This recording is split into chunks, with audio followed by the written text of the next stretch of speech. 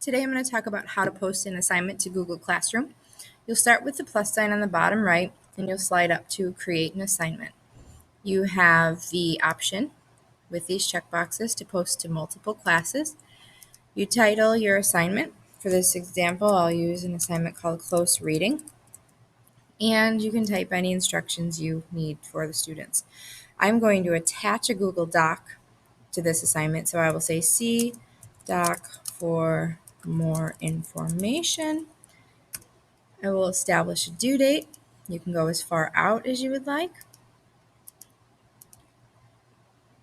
or you could have it even be due the same day in the same class period. So I will change that. Your time is optional. You can have it be due in the middle of the day, at midnight, whatever you choose. You can choose to select a topic so the students can later search for it based upon the topic. So you can add an item from your H drive, you can add a doc, you can add a link to a YouTube video, or a link to an internet website.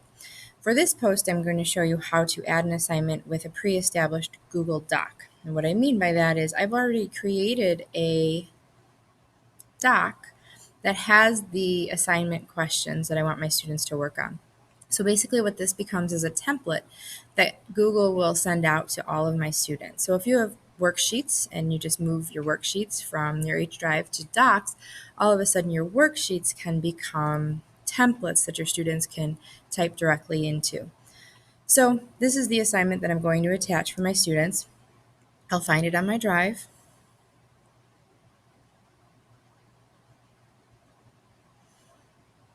And here are the close reading questions. I will add them. And then this is the important drop-down menu for you to edit before you submit it. As it's selected right now, students can view file. This is just mean that every kid gets to see this piece of paper, basically. So if I were attaching an assignment sheet, all students could view it, but they can't edit it.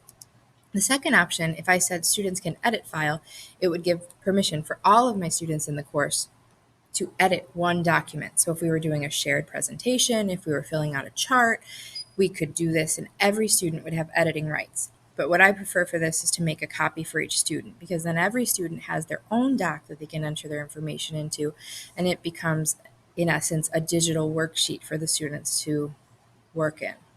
So I'll select make a copy for each student, and I will click assign. And as soon as I click assign, this document goes to two places. It goes to the students'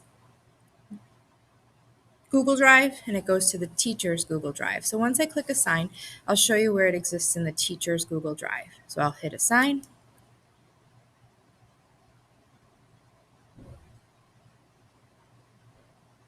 It says it's assigning, and there it is in my stream. No students have completed it, 22 have not done it yet, and so I will move here and I'll show you where it is in our drive. Every teacher has a classroom folder in their drive. As soon as you create your classroom account, Google automatically creates a classroom folder for you. So you don't have to do anything, you don't have to set it up, but this is where the assignment goes for you. So you can access their work via Google Classroom, or you can access their work via your classroom folder. So you go find the class that you've put the assignment in, and you open the you open the folder. And this would be my template. This one here is going to be my oh, that's actually not my template, but somewhere in this folder there's a template as well. But if I double click on this, or I'll even hover, I can see that this document belongs to this specific student. I can move over. This document belongs to another student. So the benefit of this being in my drive is that I can see the student's work in progress. So visually, just looking at this page, I can see that none of my students have begun it. But if I were to look at this in a day or two, I could, just do a quick scan of who started and who hasn't. So the students also have a Google Classroom folder, just like we do. And for every course they're enrolled in, so their drive, then classroom, then this is intro 2, 3. If they're in your physics class, if they're in your health class, those students have a folder for your class as well. And that way the work can never be lost. So the students who say they can't find it, if nothing else, send them back to the classroom folder in their drive and their work would hang out there. So the students edit this document just like they would edit any doc that they would use. So when it comes time for the students to turn in their work, I'll show you what that looks like from the teacher perspective. So students have turned in this assignment, and it looks like this when the students, so remember my previous post, there were 0 students who had done the work and 22 students who had not done it. In this case, 34 of my students submitted and 1 student has not. So I can click here to see all of the work, all 35 papers. I can click here to see the done papers. I can click here to see the not done. So I'll just go here and show you what this looks like.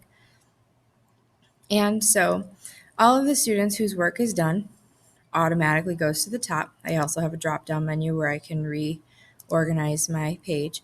But as you can see, there's their work. I have a little bit of a preview pane that looks a little bit different from my Google Classroom folder, but the same thing. If I click the student's paper, it opens up a new tab in Google, and I can now work on the student's paper and I can mark it up and reply to his paper with Google comments and things like that. We could talk a little bit about how those work another day.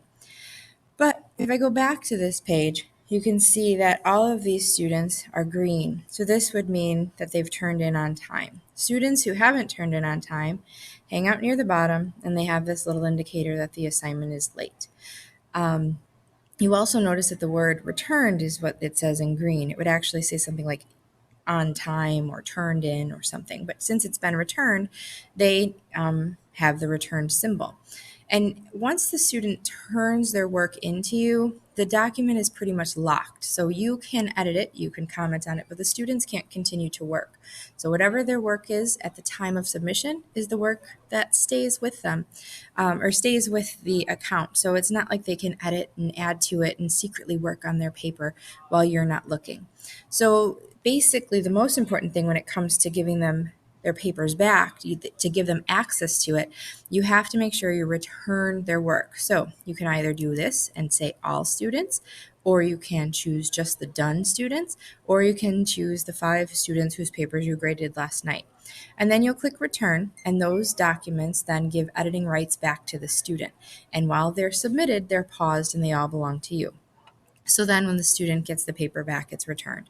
You have the option to add grades to it. I don't add grades there. I do all my grading in PowerSchool. So that's an option for you. And it defaults to 100 points and things like that. So that's a little bit odd. But I'm going to go back to Classroom and, once again, show this to you. So today what I talked to you about is how to add an assignment with a Google Doc. So you create an assignment. After you create an assignment, you would attach a Google Doc that you have already created. And that would allow you to use that doc as if it's a template for your students to edit and complete that way. Thank you so much.